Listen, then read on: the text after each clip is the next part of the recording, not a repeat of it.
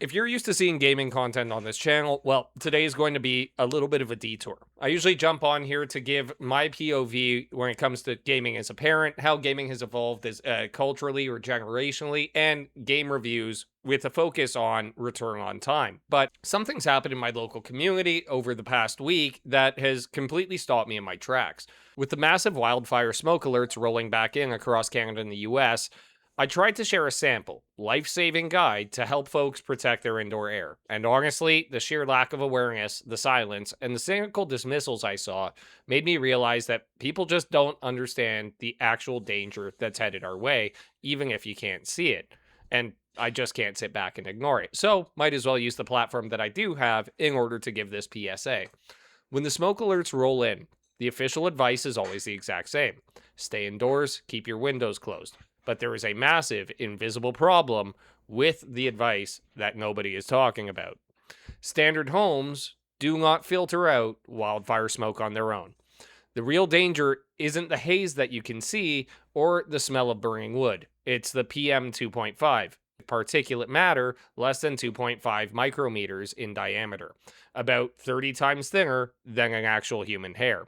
When you breathe that in, it completely bypasses your lungs, your natural defenses, and goes straight into your bloodstream. This ends up triaging respiratory inflammation and other health risks. If you're just sheltering indoors without active filtration, you're still breathing it in. And look, if you're using a MERV 8 filter like me, well, then that's not enough. MERV 8 is great for capturing normal dust and particles around your home, but falls short when it comes to wildfire. Doesn't catch any of it, it just sneaks right through.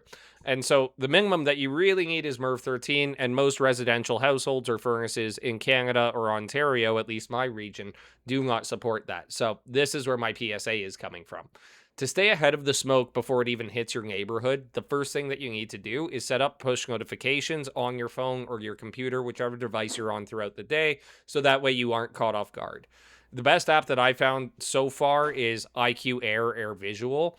It's an app filtering data from localized sensors and has localized alerts. When the AQI enters unhealthy thresholds, so basically the air quality enters unhealthy thresholds, you'll see it on the app, and you can enable push notifications so that you can prepare accordingly, whether that means wearing a mask outside or making sure that your air filters or purifiers are running at home. There's also the Weather Can app for the official Environment Canada updates and special weather release statements. Today, I'm making this video because the stakes are incredibly personal, at least to some degree. A lot of you know that I'm a dad, which is a given the name of this channel. What you might not know is that my son fought leukemia and is now, thankfully, and has been for over a year and a half now, in remission. When you live through a high-risk health situation like that, your perspective on safety completely shifts. You realize how many people in our community are immunocompromised kids, elderly neighbors, pregnant moms, people with asthma, so on and so forth. And all these different categories of people are people who are vulnerable when our air quality tanks.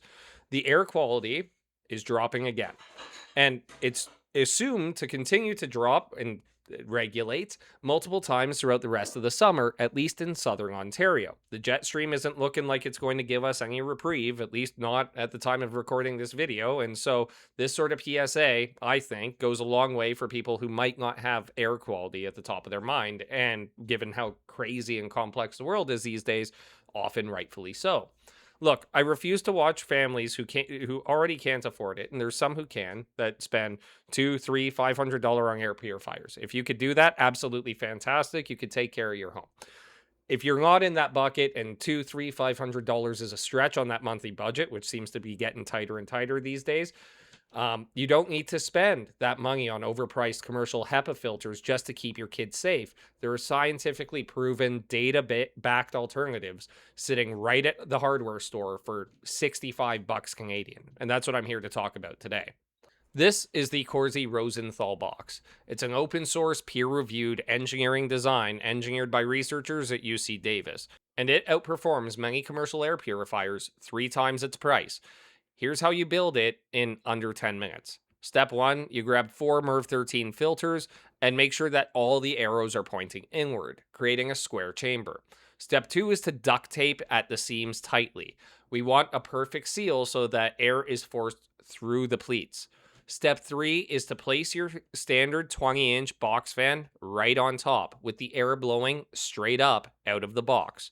And step 4 is to seal the bottom with a square piece of cardboard and add a quick shroud as well as duct tape around the edges, again sealing the container for intake efficiency.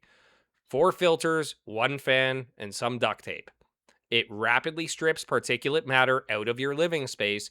If you only have the parts to build one unit, then put it in your bedroom. Seal the door and rung it on high to create a clean air sanctuary overnight. But cleaning your indoor air is only half the battle. On days where we get high impact alerts, you also need physical respiratory protection if you have to step outside. For adults, always use a well-fitted N95 respirator with a tight seal around your nose and chin.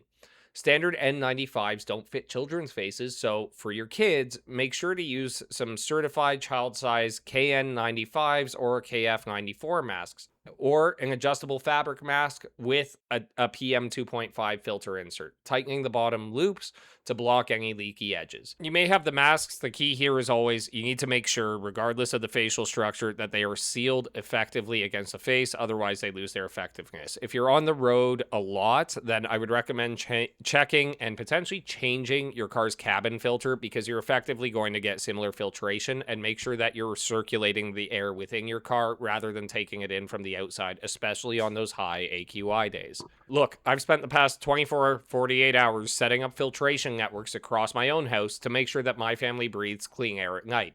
But public safety shouldn't be a luxury, and it shouldn't be locked behind expensive price tags.